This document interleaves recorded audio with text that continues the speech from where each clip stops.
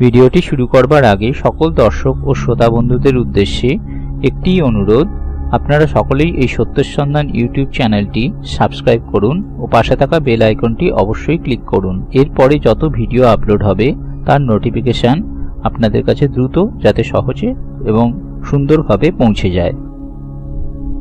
ওম নমো শ্রী জ্যোতিরাজায় বিবেকানন্দ সুরায় সচ্চিদ সুখ স্বরূপায় স্বামিনে তাপহারিণে। মনকে জয় করলেই জগৎকে জয় করা যায়। একাগ্রতার শিক্ষা দ্বারাই মনকে সম্পূর্ণ সংযত করা সম্ভব। চঞ্চল ও বিক্ষিপ্ত মন মনুষ্য জীবনে এনে দেয় নিদারুণ অশান্তি, অতৃপ্তি এবং জীবন সংগ্রামের প্রতিপদে পরাজয়।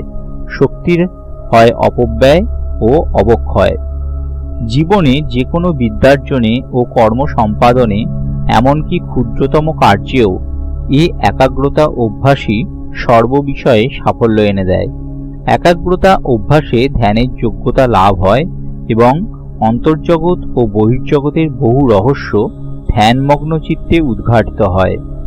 জীবনযুদ্ধে ধ্যানই পরম বন্ধু এবং ধ্যানের ফলেই মানব জীবনের মূল্যবোধ ও সার্থকতা উপলব্ধ হয়। এ প্রসঙ্গে যুগাচার্য ও ধ্যানসিদ্ধ স্বামী বিবেকানন্দের মহামূল্যবান উক্তি ও চিন্তাধারা থেকে সংকলিত ধ্যান ও মনের শক্তি থেকে আমি পাঠ করে শোনাব কিছু কিছু অংশ এবং সেগুলোই সমস্ত শ্রোতা বন্ধুদের সামনে নিয়ে আসব। ধ্যান কি? কোনো বিষয়ে মনের কেন্দ্রীকরণের নামই ধ্যান।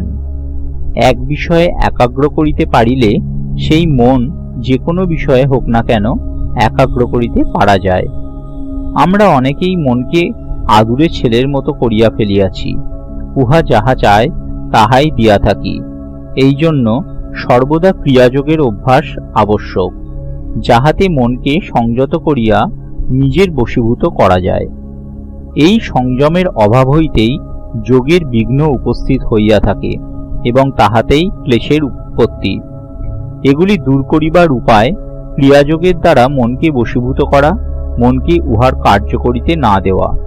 ধ্যান কাহাকে বলে? ধ্যান হইল সেই শক্তি যাহা আমাদের এই সব কিছু প্রতিরোধ করিবার ক্ষমতা দেয়। প্রকৃতি আমাদের প্রলোভন দেখাইতে বলিতে পারে, দেখো কি সুন্দর বস্তু, আমরাও ফিরিয়াও দেখিব না। তখন সে বলিবে, এই যে কি সুগন্ধ, আঘ্রাণ করো। আমি আমার নাসিকাকে বলিব, আঘ্রাণ করিও না। নাসিকা আর তাহা করিবে না। চক্ষুকে বলিব, দেখিও না। প্রকৃতি একটি মর্মন্তুদ কাণ্ড করিয়া বসিল। সে আমার একটি সন্তান হত্যা করিয়া বলিল, হতভাগা, এইবার তুই বসিয়া ক্রন্দন কর, শোকের সাগরে ডুবিয়া যা। আমি বলিলাম, আমাকেও তাহাও করিতে হইবে না। আমি উঠিয়া দাঁড়াইলাম, আমাকে স্বাধীন হইতে হইবে। ইহা মাঝে মাঝে পরীক্ষা করিয়া দেখো না। এক মুহূর্তের ধ্যানের ফলে এই প্রকৃতিতেই পরিবর্তন আনিতে পারিবে। মনে করো, তোমার নিজের মধ্যে যদি সে ক্ষমতা থাকিত, তাহা হইলে উহাই কি স্বর্গ সদৃশ হইত না? উহাই কি মুক্তি হইত না? ইহাই হল ধ্যানের শক্তি। অসংযত ও উচ্ছৃঙ্খল মন আমাদিগকে নিয়ত নিম্ন হইতে নিম্নতর স্তরে লইয়া যাইবে এবং চরমে আমাদিগকে বিধ্বস্ত করিবে, ধ্বংস করিবে। আর সংযত ও সুনিয়ন্ত্রিত মন আমাদিগকে রক্ষা করিবে, মুক্তিদান করিবে। সুতরাং মনকে অবশ্য সংযত করিতে হইবে। মনের অতি গভীরে প্রদেশে বিরাজ করেন আত্মা, মানুষের প্রকৃত সত্তা। মনকে অন্তর্মুখী করো, আত্মার সহিত সংযুক্ত করো এবং স্থিতাবস্থার সেই দৃষ্টিকোণ হইতে মনের আবর্তনগুলি লক্ষ্য করো। সেগুলি প্রায় সব মানুষের মধ্যেই দেখা যায়। ওই সকল তথ্য বা উপাত্ত ও ঘটনা কেবল তাহাদেরই অনুভূতিগম্য, যাহারা ধ্যানের গভীরতম প্রদেশে প্রবেশ করিতে পারেন। সকল ধর্মই ধ্যানের উপরে বিশেষ জোর দিয়েছে। যোগীরা বলেন, ধ্যানমগ্ন অবস্থাই মনের উচ্চতম অবস্থা। মন যখন বাহিরের বস্তু অনুশীলনে রত থাকে, তখন ইহা সেই বস্তুর সহিত একীভূত হয় এবং নিজেকে হারাইয়া ফেলে। প্রাচীন ভারতীয় দার্শনিকের উপমায় মানুষের মন যেন একখণ্ড স্ফটিকের মতো, নিকটে যাহাই থাকুক উহা তারই রং ধারণ করে। অন্তঃকরণ যাহাই স্পর্শ করে তাহারই রঙে উহাকে রঞ্জিত হইতে হয়। ইহাই তো সমস্যা, ইহারই নাম বন্ধন। ওই রং এত তীব্র যে স্ফটিক নিজেকে বিস্মৃত হইয়া বাহিরের রঙের সহিত একীভূত হয়। মনে করো একটি স্ফটিকের কাছে একটি লাল ফুল রয়েছে। স্ফটিকটি উহার রং গ্রহণ করিল এবং নিজের স্বচ্ছ স্বরূপ ভুলাইয়া নিজেকে লাল রঙের বলিতেই ভাবিতে লাগিল। আমাদেরও অবস্থা ঐরূপ দাঁড়াইয়াছে। আমরাও শরীরের রঙে রঞ্জিত হইয়া আমাদের যথার্থ স্বরূপ ভুলিয়া গিয়াছি। এই ভ্রান্তির অনুগামী সব দুঃখই শেষ এক অচেতন শরীর হইতে উদ্ভূত। আমাদের সব ভয়, দুশ্চিন্তা, উৎকণ্ঠা, বিপদ, ভুল, দুর্বলতা, পাপ সেই একমাত্র মহাভ্রান্তি। আমরা শরীর, এই ভাব হইতেই জাত। ধ্যানাভ্যাস অনুসরণ করিতে করিতে স্ফটিক নিজের স্বরূপ জানিতে পারে এবং নিজ রঙে রঞ্জিত হয়। অন্য কোনো প্রণালী অপেক্ষা ধ্যানই আমাদিগকে সত্যের অধিকতর নিকটে লইয়া যায়। ধ্যান মানে পুনঃ পুনঃ চিন্তা করিয়া মনকে ধ্যেয় বস্তুতে নিবিষ্ট করার চেষ্টা। মন সকল চিন্তা তরঙ্গ থামাইয়া দেয় এবং জগৎ থাকে না, জ্ঞানের পরিধি বিস্তৃত হয়। প্রতিবারেই ধ্যানের দ্বারা তোমার শক্তি বৃদ্ধি হইবে। আরো একটু বেশি কঠোর পরিশ্রম করো, ধ্যান গভীরতর হবে। তখন তোমার শরীরের বা অন্য কিছুর বোধ থাকবে না।